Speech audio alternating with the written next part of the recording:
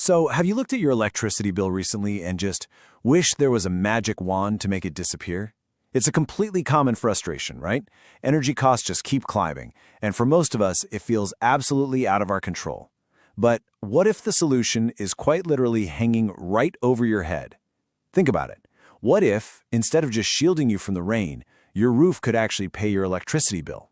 Well, today we're exploring a massive government-backed initiative designed to make exactly that happen. Welcome to This Explainer. Today, we're breaking down the PM Surya Ghar Muft Bijli Yojana. Launched in early 2024, the core premise of this scheme is as simple as it is revolutionary. We're talking about turning millions of everyday Indian rooftops into personal power plants.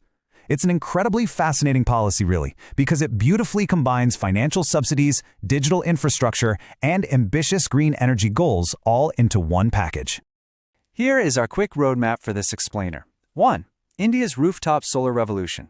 2. Unpacking the subsidy math. 3. Are you eligible? 4. How to apply online. And finally, number 5. The bigger green picture. Let's get right into it. Okay, let's dive into Section 1, India's rooftop solar revolution, powering 1 crore homes. Let's start with the sheer scale of the PM Surya Ghar Muft Bijli Yojana, because honestly, that is what sets it apart. The Indian government has set this incredibly ambitious target of solarizing 1 crore residential households by the financial year 2026-27. We're talking about adding 30 gigawatts of residential rooftop solar capacity across the nation.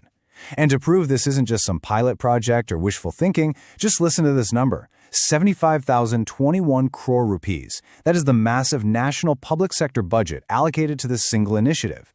It formally subsumes previous rooftop solar programs, putting all that funding into one streamlined policy mechanism. A budget this huge means it is a fully funded absolute priority for the government to change how households consume energy. And you know, this isn't just an idea on paper.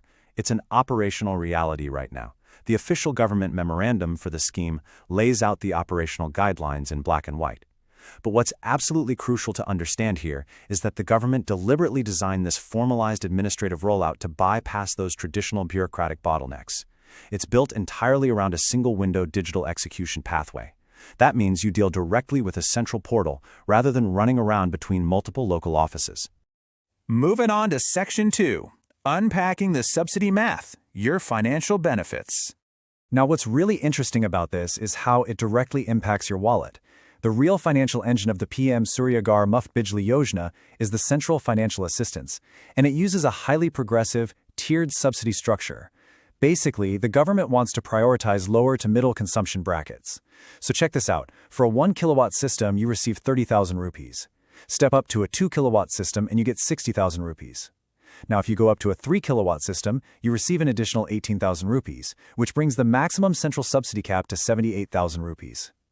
Any capacity you add beyond 3 kilowatts doesn't attract any additional central subsidies, so 78,000 rupees is your hard ceiling for the central assistance. But wait, the upfront cash? That's really only half the story. The dual financial benefit here is just extraordinary. By generating your own power, eligible families can consume up to 300 units of free electricity every single month. Depending on your current usage, sources estimate this can save a family up to 15,000 rupees a year on their actual power bills. So, that initial investment you make, it pays for itself so much faster than you might think. All right, Section 3. Are you eligible? The ground rules. So the funding is clearly there and the math definitely works, but are you actually eligible under the scheme's guidelines? Let's rapid fire the absolute must-haves. You must be an Indian citizen and resident. You've got to own the home and have a structurally sound roof. You need an active, valid electricity connection from your local distribution company or DISCOM. You cannot have availed of any other solar subsidies for the same property previously. And importantly, this is strictly for residential premises, so commercial setups, industrial buildings, and tenants without explicit no-objection certificates from their landlords, those are completely excluded. Oh, and here is a crucial technical rule you literally cannot overlook. To get that subsidy money, your solar panels must use DCR-compliant modules and cells. DCR stands for Domestic Content Requirement. This simply means the panels have to be manufactured right here in India using domestically made components. If you use imported solar panels, that will immediately disqualify you from the subsidy. So making sure you choose the right registered vendor is absolutely vital. Next up, Section 4. How to apply online, the digital single window. Let's move to and see how this builds. Assuming you meet the criteria, how do you actually get this done? Well, the government created the National Portal for Rooftop Solar to make the whole application process painless. The official guidelines detail a dense 10-step workflow, but honestly, it boils down to 4 really easy phases. First, you register your details on pmsuryaghar.gov.in. Second, your local discom reviews your application for technical feasibility, which is basically them checking if the local grid can handle it. Third, once you're approved, you pick an impaneled vendor from the official directory to do the physical installation.